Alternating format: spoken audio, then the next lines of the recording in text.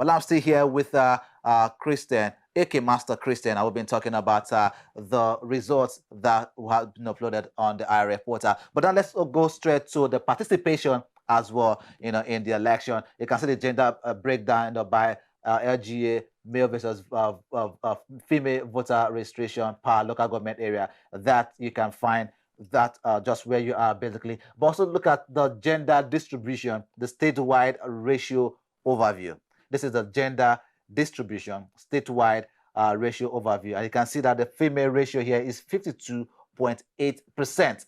That's the female represented for this election. Right here, you can see that the female ratio 52.8%, which amounts to around 1,234,769 female participated in that election. And for the male participation is 47.2%, which gave the male number to be 1,104,464 in the participation as well. I wish to say that, we've been having a conversation about women participation in politics, and not just as contestants now, but also being actively involved in the polity of the nation. Now, this is Osun State, and the female ratio is 52.8% against the male ratio. What does this tell you as well about female participation in the Nigerian politics using Osun State now as a yardstick? Now, Mr. Victor, my challenge most times about these figures is, these figures tells us the reality of the gender participation, right? Now, if you watch, we're talking about female inclusion, right, in governance, right? Now, if you discover that, let's take it, how many females voted, you will see in the local government, females that voted and males that voted.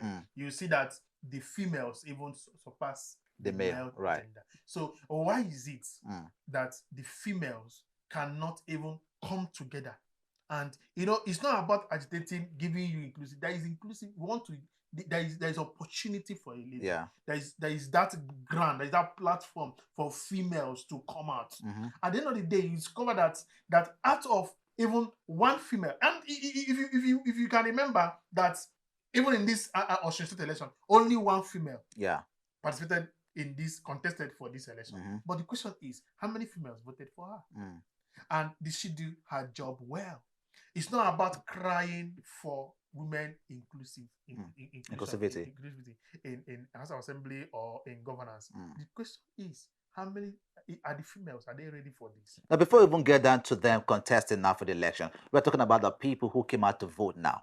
Right, we have more of the women who actually came out to vote based on this ratio, and also what you can see right here on the gender breakdown. Right, you can see that again here 52.8% for the women, and this is the female voters here, which is way more than what you can see, for the male voters. There you can see them all here. These are the people, the female represented there. So it's quite a high number of the female representation now. Those that electorate now, those that came out to vote.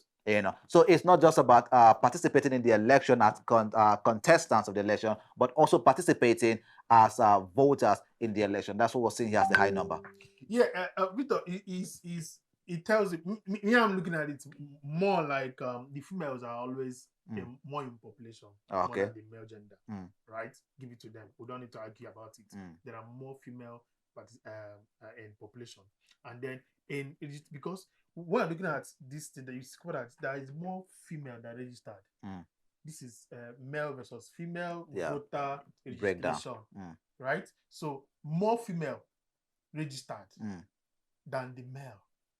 So you will see that the women are really involved in politics. Right. They are involved in election participation. So they are really involved. Right. So you no man can come and say, women, no. So it means the women are involved. Women, unlike those days when it's always like they are at home while men goes to go and vote, and they return and they will tell us, tell the mothers, we tell our mothers, this is how it was done. But this time around, the mothers, even the ones that are even breastfeeding, they carry their baby and go to the polling unit. And when doing voters registration, you will see it is even the women most times that even ginger encourage the male to go and register and get their voters card. And that's quite a surprising turn of event, especially because build up again to the election, just like we spoke about earlier on, the violence was there in Osun State. One would have expected for that particular reason, we're going to be having less of the female come on, or rather come out to vote. But we're seeing, based on the ratio, the reverse is the case. They came out despite the fact that they were prone of flashpoints area within Osun State. But let's move away, from the female participation now and get down to the age profile analysis as well. That talking about the statewide voter age distribution in Osun State. Now you can see that the youth constitute 36.6% of the total number of votes in Osun State. I'm talking about youth now from 18 years to 35 years of age. 36.6%. And of course, you can see the number here, 857,059 or 56 registered youth participated for this election. The middle age here, you can see 36 to 49 years of age, and they constitute around 33.0%. And the total number that we registered there was around 772,654 registered middle-aged people. And then the mature 50 to 64 years, 390,917 registered, which is around 16.7% as it is. Also, the elderly got around, the elderly is around 65 plus now, with 13.6%, around 318,408 registered voters within this particular age limit. And this is some of the things that we're going to be analyzing just in a jiffy. But just give us a moment and we'll come back with that straight into this analysis after this break. Stay with us.